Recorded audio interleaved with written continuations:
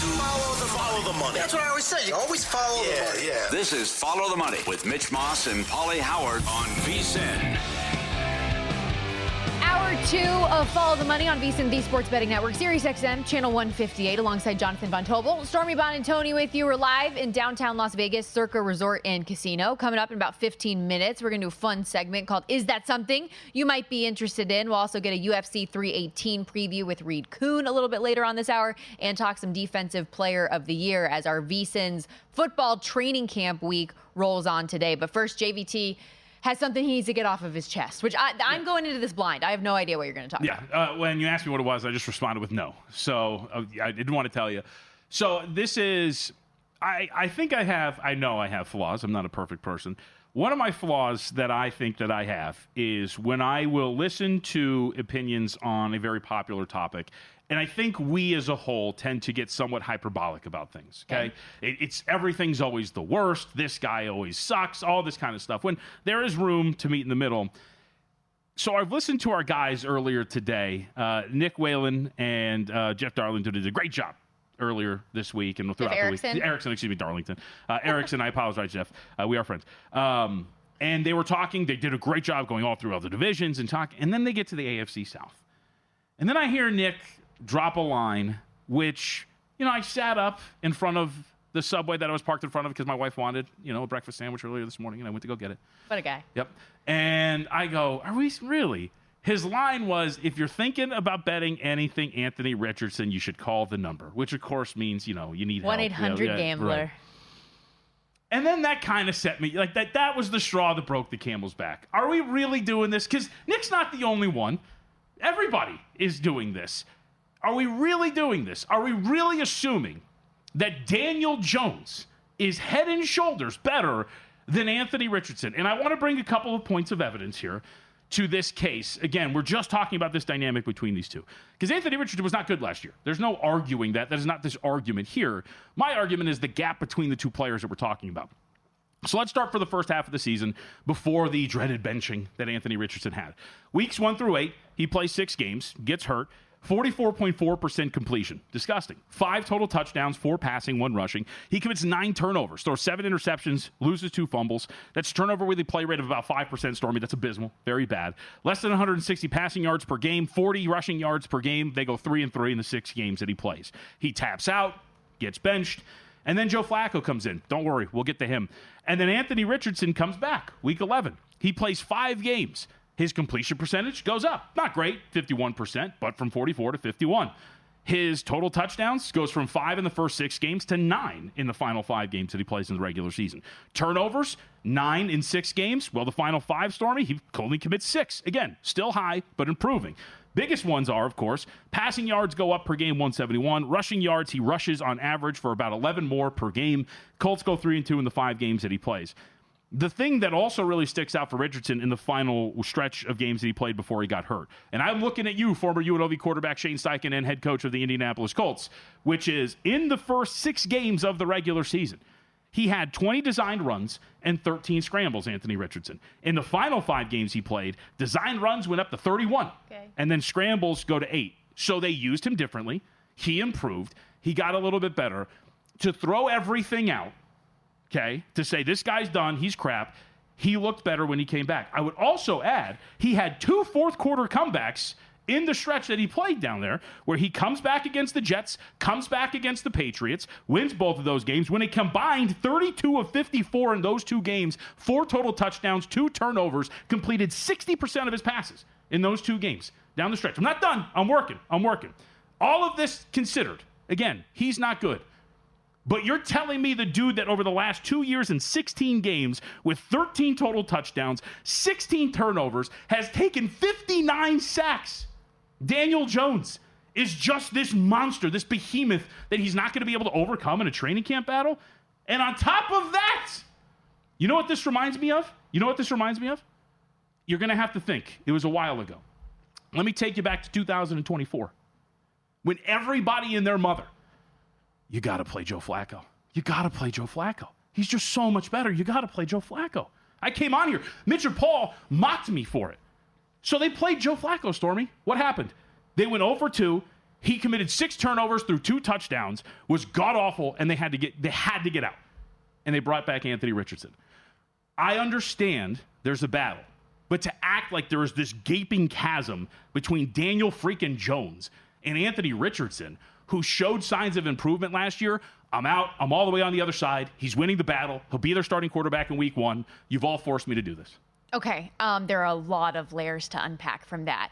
But, and not to simplify your entire argument too much, but you're basing 5 games of improvement that still weren't that great. Correct. As the basis of this, correct? Basis of what, though? The gap between... I'm not saying he's going to be Hall of Famer. No. But I understand the comparison to Daniel Jones because I am very well known on this network as a Daniel Jones hater. My favorite bet going into last season was Daniel Jones under 16.5 touchdowns. Sure. Absolutely loved it. It comes to fruition. 8 touchdowns, 7 interceptions for him. You mentioned the total turnovers. By the way, his last 2 seasons in those 16 games, just 10 touchdowns compared to that. How 13 interceptions and 16 turnovers, to your point. I am not a Daniel Jones fan, but to your other point about Shane Steichen and what he's able to do as an offensive coach and what he can do with quarterbacks, I think he could also do those things in a positive way, not only for Anthony Richardson, but for Daniel Jones. Daniel Jones has had the opportunity to see and be around a guy like Kevin O'Connell and maybe tweak some things for himself as well before he came over here. So I don't think that there's this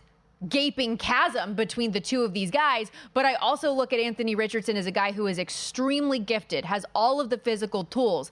People try to compare him to Cam Newton, but he also has a big made-of-glass factor, and that's something that would be worrisome for me if I was a Colts or Anthony Richardson backer. Oh, sure. Like, I agree with all those points. This whole thing, it's bringing me back to the Joe Flacco Richardson thing from last year, where it's like there was this thought that there was this massive gap, that Flacco was head and shoulders better. By the way, I'm just going to say this. Some of you don't understand what happened. A lot of you don't understand what happened when Joe Flacco won Comeback Player of the Year for the Browns. Nobody understands what happened. They played, as I keep saying, high-variance basketball on grass. YOLO ball. Yes, that's all he was doing. And guess what? He YOLO'd all the way to the Comeback Player of the Year, but he was just throwing arm punts and saying, please, God, somebody either pick this off and it's a punt or come down with a big play. And it ended up more big plays than anything. And as you could probably remember, and everybody else, what happened when they got to the playoffs? YOLO ball wore off. Fell apart, yeah. And he sucked when he was with the Colts. Well, and what I would say, too, is that's why, and not to shift gears too much for you here, but when we look at the Cleveland Browns right now, everybody's talking about how Joe Flacco is and should be QB1 when they start the season and then figure it out from there. Why? Like, it's great to have a veteran in the room and sure help figure out things and be a good frame of reference for your young quarterbacks that are trying to figure things out. But don't you just want to give some of these guys a chance? You're going to be bad anyways. Yes. Just see what it looks like. See what you have. So this is why. Versus a retread old quarterback who the last time we saw him wasn't any good. So this leads me to give me Richardson to win the quarterback battle. Again, there's a dynamic of their jobs are on the line. Shane Steichen, everybody else, there is that dynamic that is there. I would also argue, and Frank Schwab brought this point up the other day, the roster is very good, and despite the fact that they have had very, very subpar quarterback play the last 2 seasons, they have been a dropped pass and a loss away from making it into the postseason for 2 straight years. They are a good and talented team. They just got to figure out the most important position. So I think, again, you want your top pick to thrive. You want him to win. He will win the job. I think Daniel Jones, maybe a good shot, like you mentioned. He's going to play some games because Richardson has not proven himself to be able to stay healthy. But again, I will just go back to, we're doing this again. Like, for the longest time, Daniel Jones is a joke. He is mocked. He is awful. He's terrible. But then all of a sudden he's in a new uniform, and we're all like, he doesn't really look that bad, actually. I think I was wrong about you. I'd like you back. Can we do another chance, please? And it's like, no. So, and I get that. And I do think largely, very low of Daniel Jones. But we've also had those doubts about a lot of quarterbacks. Baker Mayfield was left for dead. He went to Carolina, and you're wondering what the hell is going to happen with this. Sam Darnold was another guy who everybody thought was hot garbage, and even the Vikings, skill position players and Kevin O'Connell weren't going to make him okay. They went 14 games last year. So I don't know. I think that there is this limited sample size of guys who have been shut the door on and exceeded expectations that gives you reason to believe, if put in the right situation, that things could be better. My rebuttal would be, we at least saw it from both of those guys. You saw what? I'm sorry? You saw it, right? Oh. You saw it. It's just this, this weird thing, But go back to the Freddie Kitchens offensive coordinator year for Baker Mayfield. He looked great. You saw the upside and the talent there, right? Sam Darnold, not as strong of a year that Baker Mayfield had. You saw at least decent starting quarterback caliber years. By the way, he also had Kevin O'Connell in his revergent year, or his dynamic season in which he bounced back. So, like Shane Steichen, don't think he's Kevin O'Connell. I just think that the thought of this going into it, I think everybody, and by the way, and this is the other thing, if I'm right, look around at some of these betting markets. When you look at what is being priced and what's not, the betting market is screaming that Daniel Jones is the starting quarterback. Just lock it up. We're good. It's all done. And I just don't think that's the case. I disagree with that. Yeah, yes. I agree with you. And we talked about this a little bit yesterday as well. It's evident that the Indianapolis Colts want Anthony Richardson to win that job. Like, they want him to be the guy for them. They didn't draft him as high as they did for this just to be a, okay, let's give up and move on type of a thing.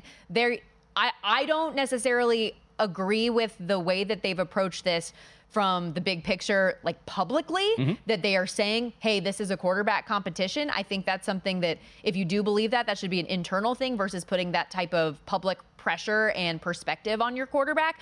But that's just my opinion. But at the end of the day, they want Anthony Richardson to win that job. They want to push him to make him better. I refuse to give up. Also still dealing with a shoulder injury. I refuse. Betty's claims is all fine. It's all better. Okay, I don't know why you're doing that. I'm weeping in favor of my team here who I believe in. I believe in Anthony Richardson. I had a lot of WNBA All-Star three-point competition opinions. No. Now we got to push it because you wanted to yell about Anthony Richardson. I would say that was like Ortega. That was like a B rant, right? Like that was pretty good. John Bond triggered. That's right. We got to take a quick timeout when we come back. Is that something you might be interested in? And a tease, yeah, there's one about the Colts. We'll be back.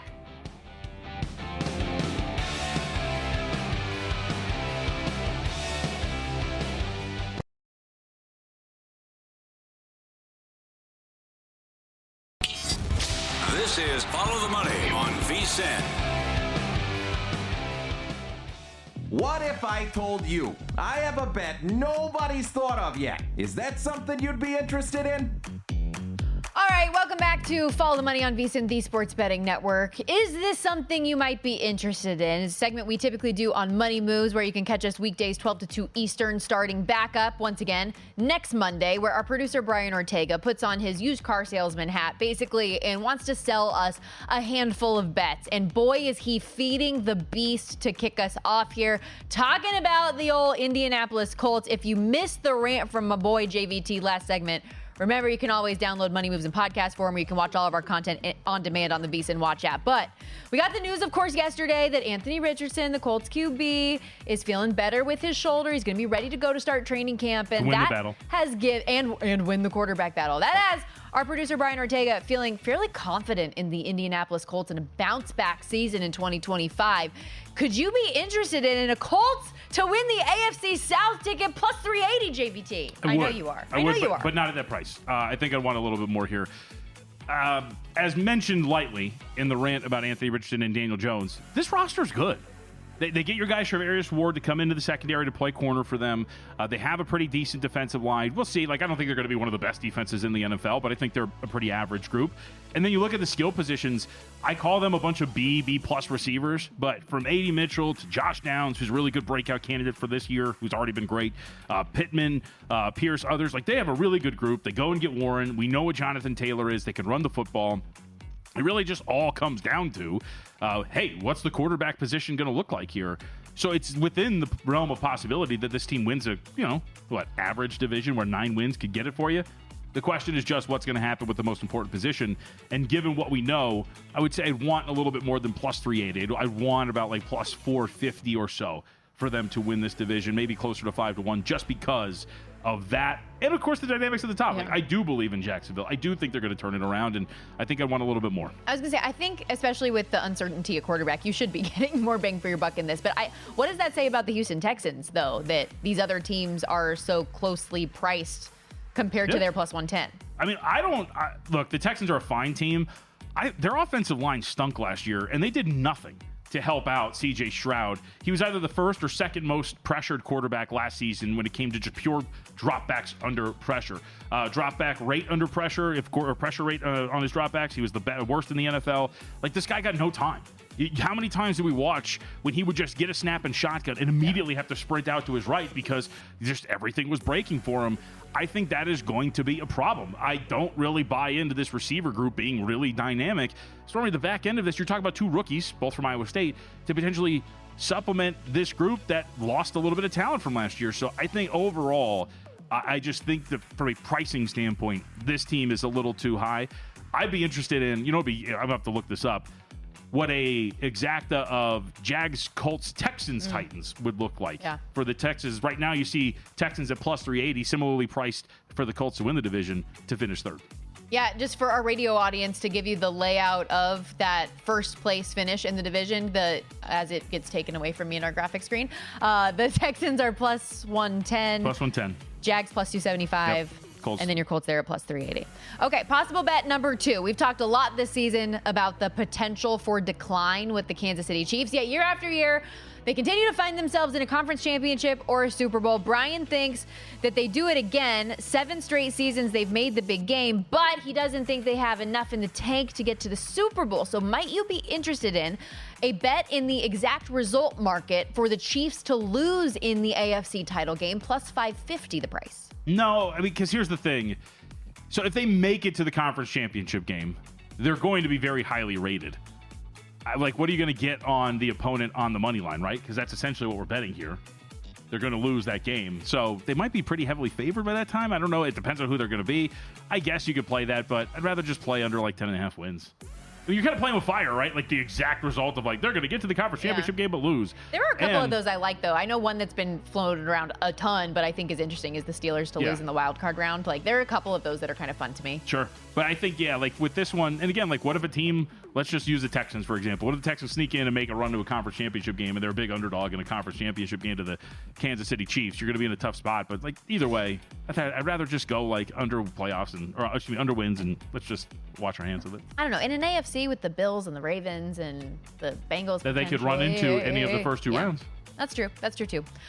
Speaking of the Buffalo Bills, possible bet number 3.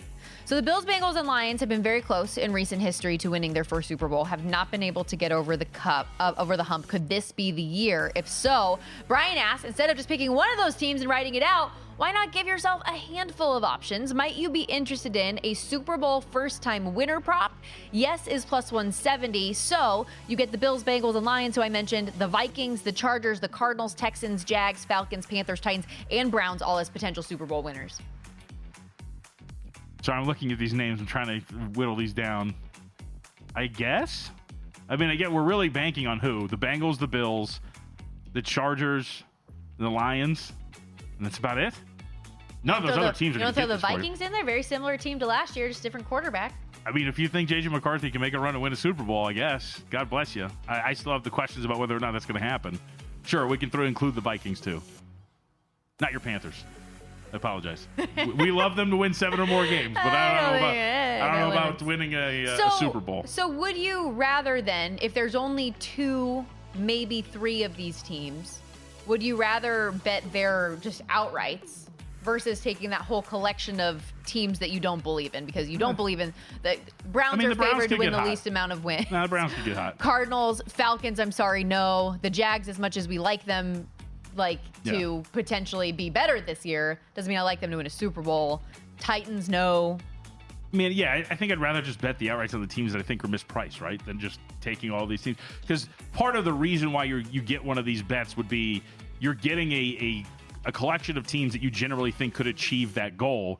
But out of all those teams, I mean, again, we're crossing our line through about, 6, 7 of them? So, yeah, I'm saying, the Bengals could make – if their defense is just be better. If their defense is just any better. Got to creep back toward average. They get 20-1 right there. The Bills plus 650. Vikings get bang for your buck at least at 30-1. Chargers 28-1. Lions 10-1.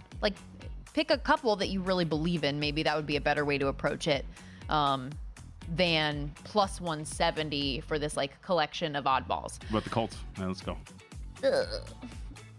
They've won it before, so that doesn't count. No, I'm just saying, just bet the Colts, man.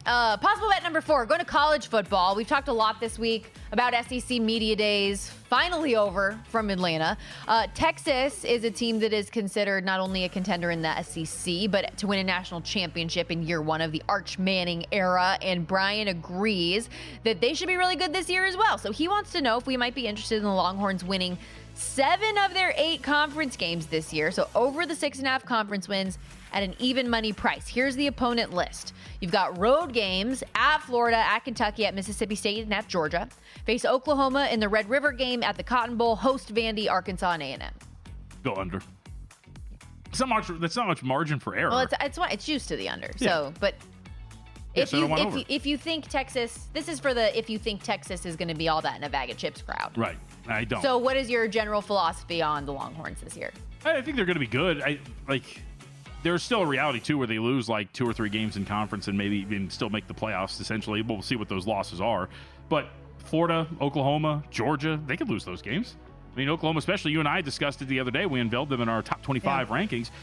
Many, like us, believe they're going to be much better if Mateer's really the truth, and all of a sudden you might find yourself in quite a fight when you're talking about that Red River game. DJ Lagway, what if he turns out to be everything everybody expected? Like, at the Swamp is not going to be easy if DJ Lagway is good, and that's an earlier season game too, where ideally he'll be healthy for that. A&M, I really like Marcel Reed. I think the Aggies could be a pretty underrated team this year. Georgia's always going to be good. You got to take on a national championship contender in Vandy as well.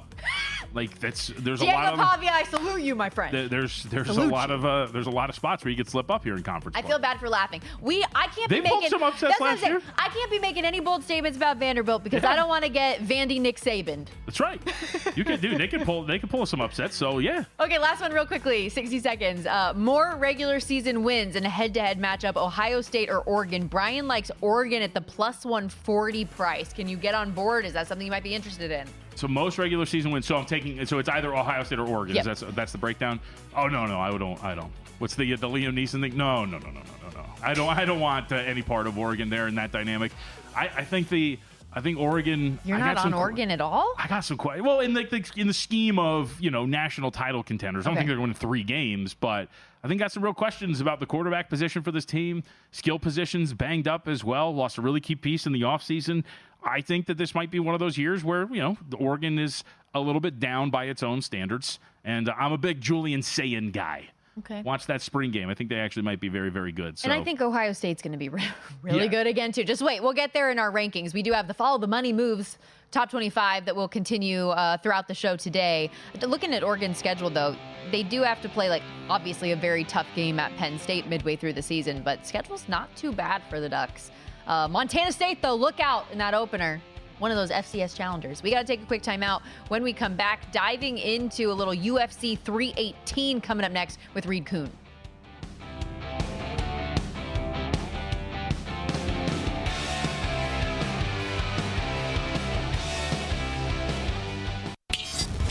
This is Follow the Money on VSiN. Back here on Follow the Money, Stormy Buonantony and Jonathan Von Tobel with you. If you're ready to get in on the action, First Bet has you covered. You can sign up now to access exclusive promotions and bet on hundreds of thrilling horse races each and every day, right from your phone or computer. Visit firstbet.com. That's the number one, stbet.com, and use the promo code VSiN200. That'll score you a 20% rebate on all your wagers for the first 60 days, up to $200. Don't miss out. Start betting today at firstbet.com.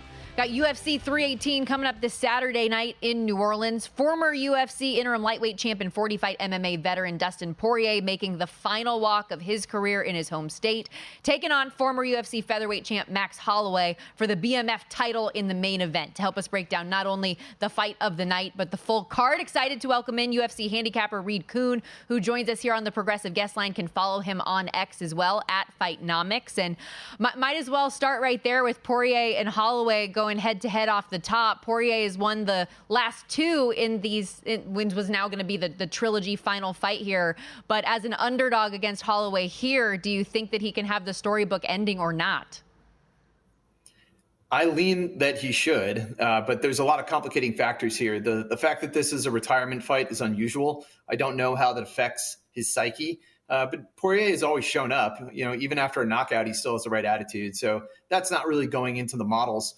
Another thing that's not going into my models is the weight class change. So the bulk of performance metrics that Holloway has earned, which are exceptional, were done at featherweight. It was simply a different weight class, different talent, different size opposition.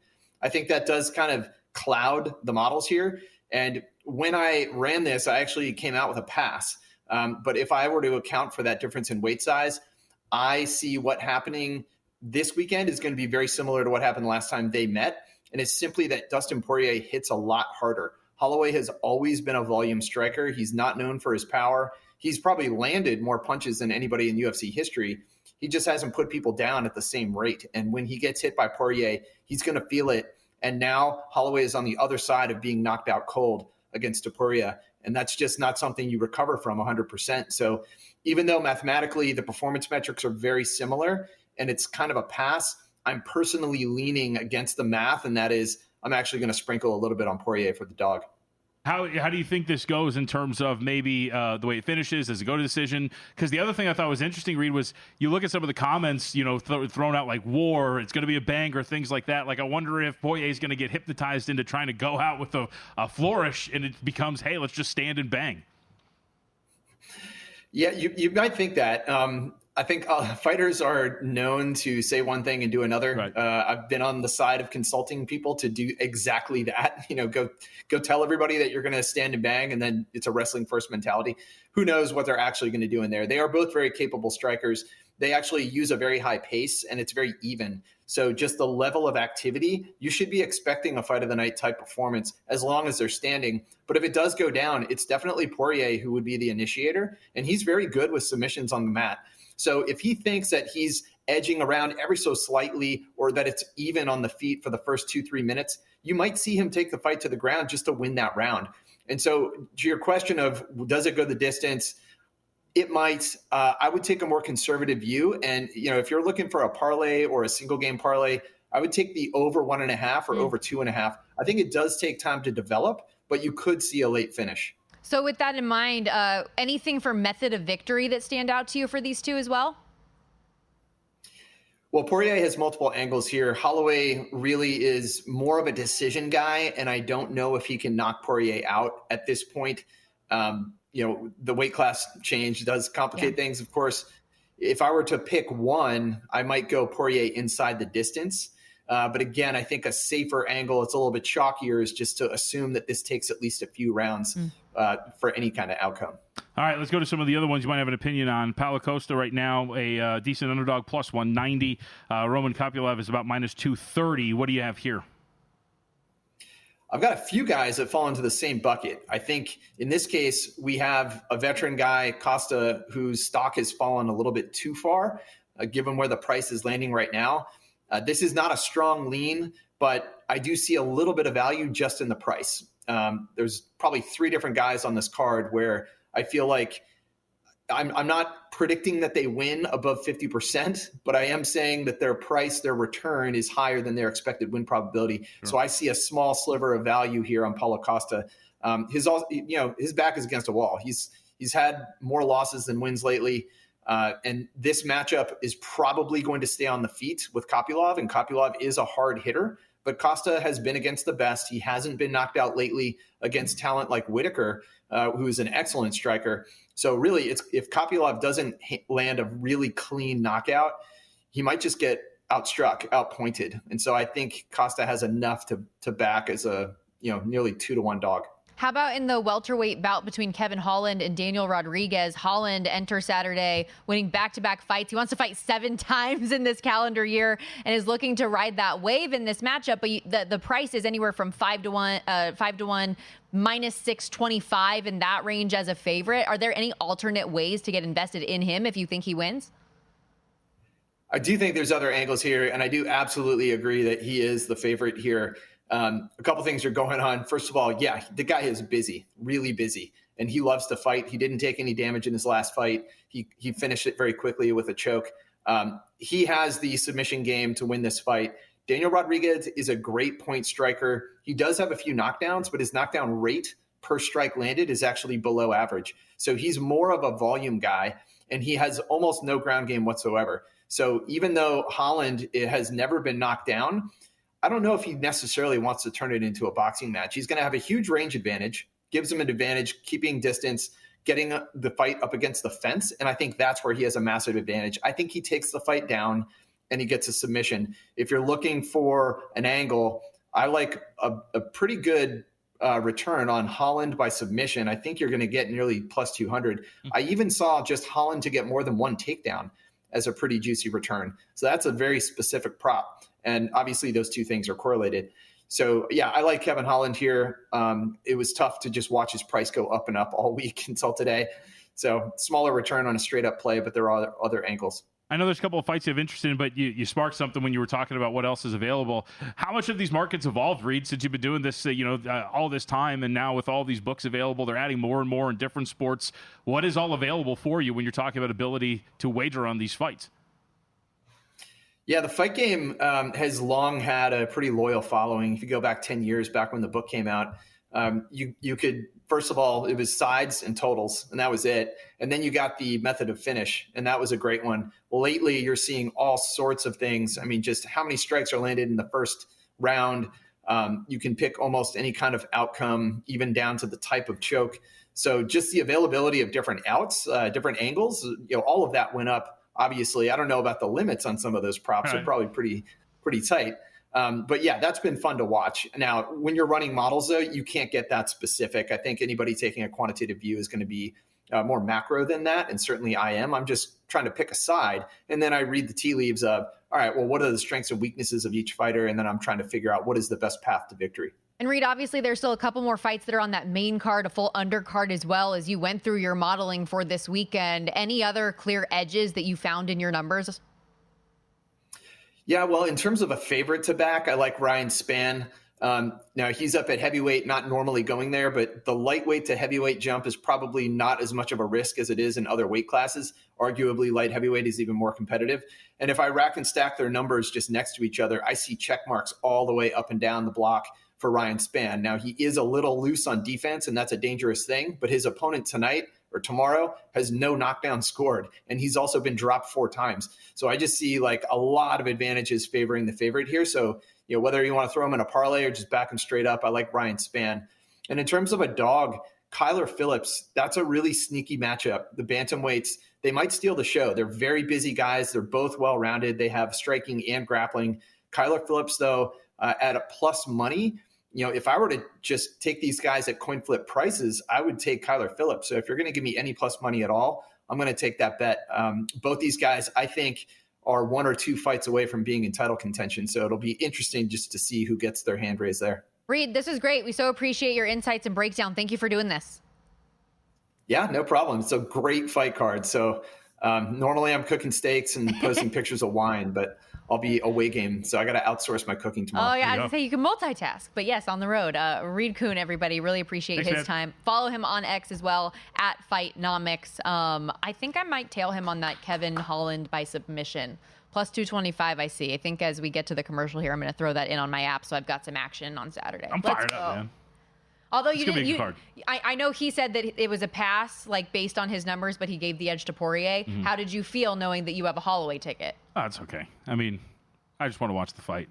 It's not like, look, I enjoy mixed martial arts very much. I'm a big Holloway guy. This is one of those where I like Holloway a ton, outside of course, his most recent fight when she was finished. I think that he's in pretty good form, and I think overall he's going to be able to do it, but it's not like some deep insight. I did think that the breakdown of weight class was interesting. We're going to take a timeout when we come back. Diving into the Defensive Player of the Year market as VSiN's football training camp week closes out on a Friday. We'll be right back.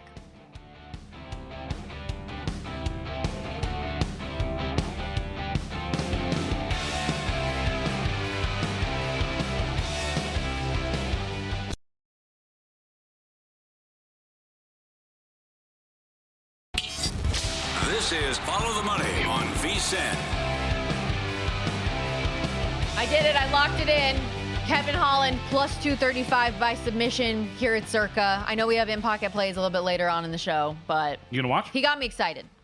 I oftentimes watch because I have a lot of friends who either do currently work for or have in the past worked for UFC, so we get the fights and stuff and we just get to watch them and enjoy it.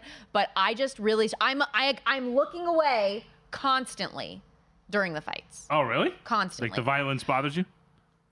I struggle watching people get their faces bashed in. It makes me very uncomfortable. So I have to go back and see who it was. But Amanda Nunes, years ago, I can't remember. I think it was Jessica I. She fought when her face was just completely mangled. No, not that one. Oh. But I'm sure Is her that face her, was though? mangled. No, it was at the Apex, and it was still, I think, when they weren't having crowds, because she had I down, and she was hitting her with hammer fists, and because there was nobody in there, you literally just heard the fight. I'll just never forget the sound of her hand and her fist and just cracking against her skull like 3 or 4 times. I was even thinking about like UFC Fight Night a couple weeks ago when like the dude's knocked out and you're still like, ugh. And I know that's on the official to stop them, but it's just dead. Sometimes I'm like, that dude is dead. He's dead now. You killed a man. Just gotta wait for one more. Just a little bit extreme for me. It was Jessica. So I was just thinking of it. I will be watching. It does make me laugh sometimes when you see those the post-fight interviews that they do that aren't in the octagon. It's like in the hallway later on, and they've got the backdrop. Yeah. And the person who's the reporter that's asking the questions like dressed to the nines like it's an award show, and then this person is just mangled and the face is like they've got the eggs on the like all of the things. The other one is Joanna Jacek and Weili Zhang. That was the good one where Jacek's head ballooned. Her forehead was very swollen. Ugh. Okay, with that in mind, we will revisit that in Pocket a little bit later on. But for now, VSiN's football training camp week rolls on today. The Chargers are already in full camp. Well, -1. We talked about this earlier. Mike Williams announcing his retirement yesterday. The Lions will be fully reported by the end of the day today. 14 other teams have their rookies all reported. And by next Tuesday, we will be full go across the league. So this is a very exciting time. And as we talk about a couple of awards markets today, we'll do Defensive Player of the Year here. We have a little Offensive Player of the Year talk later on in the show. I think it's worth noting. Remember, yes, you can buy in pre-flop on a handful of these players you think you might have value on, perception of value on, right? Just a number that you think is incorrect for the market. But these are bets that you can dive in on throughout the course of the season as well as the market changes, and you can find those numbers on other people. We saw yesterday, of course, the J.J. Watt news came down for the Pittsburgh Steelers, that he is now officially the highest paid non-quarterback in NFL history. And with that, he is the 4th shot on the board this year. Aiden Hutchinson is actually your favorite for Defensive Player of the Year, plus 650. Micah Parsons, plus 750. Myles Garrett, who he leapfrogged, by the way, for Defensive Player, making the most cash, as the 3rd shot on the board. Any of those top 4 first and foremost that you think are very interesting at the price point? Well, we can let Ortega get a shot off here too, because did you see the tweet from J.J. Watt?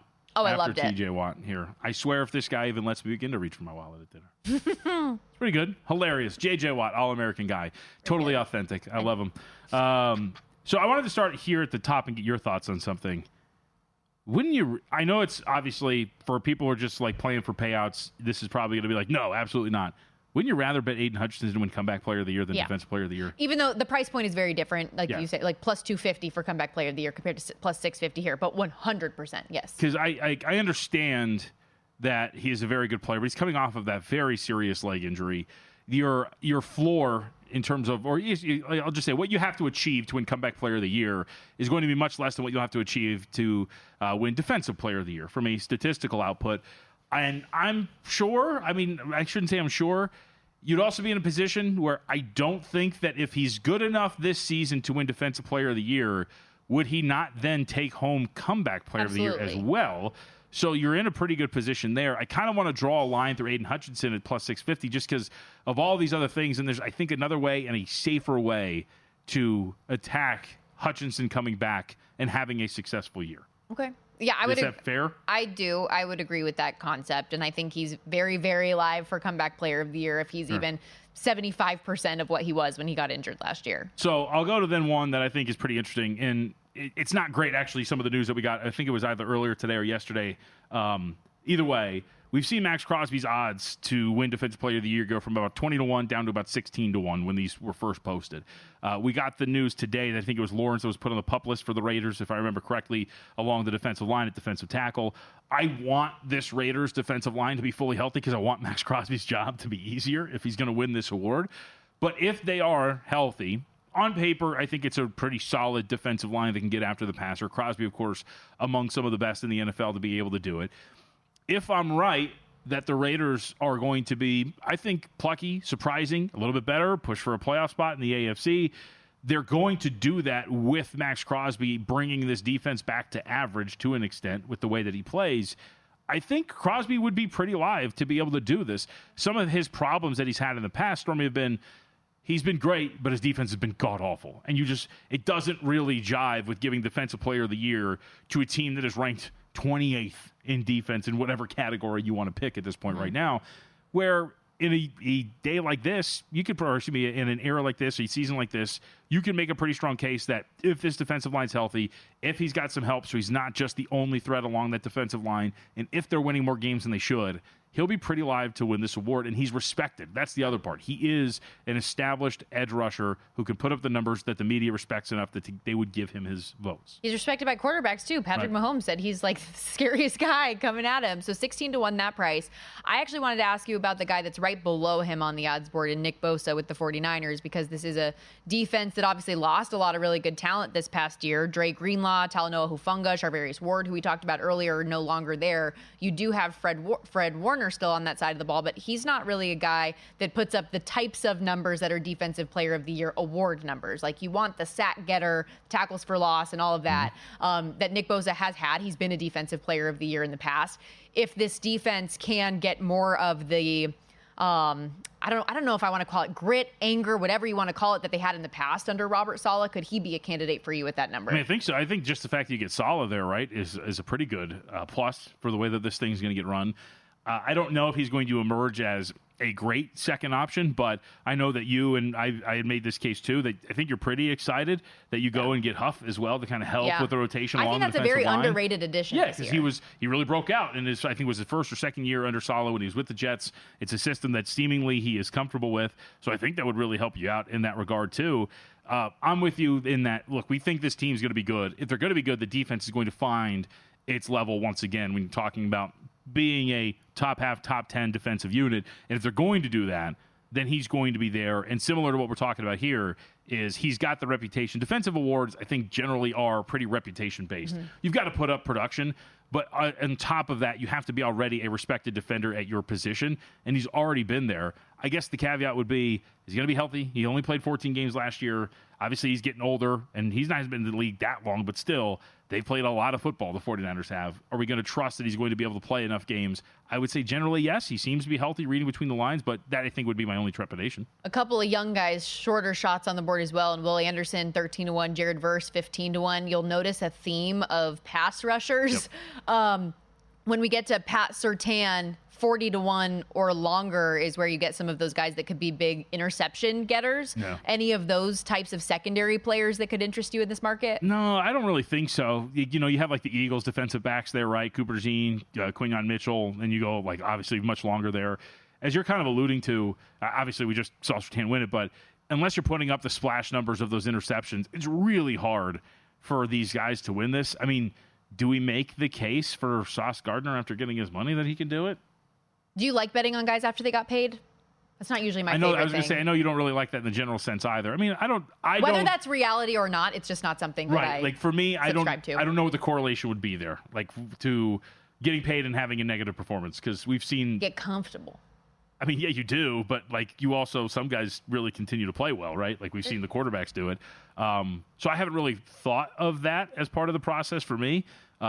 But I think to me, it's hard to get really deep in these Defensive Player of the Year markets just because like I want those guys, those edge rushers, and I want the respected ones. And it seemed like for a while it was just going to be some rotation of Garrett and Watt and all these other guys. But I'd also throw out too really quickly, Jared Verse is an interesting name to throw out there as well, because that team has a lot of hype around it, and he was a big reason why they turned that around last year. And I'm going to be curious to see if that carries over to this year in terms of media hype and the thirst to want to give him that award. Yeah, life without Aaron Donald, and actually wasn't that bad because of how good the young talent was on that defense. Sauce Gardner, by the way, 75-1 the price for him in the Defensive Player of the Year market. Okay, time to take a quick timeout. When we come back, we'll get into our college football top 25 rankings. We've got teams 17 and 16 still to reveal, but a good reminder reminder, so we have all this NFL talk. VSiN Football Training Camp, our NFL football betting guide is out now. VSiN.com/subscribe.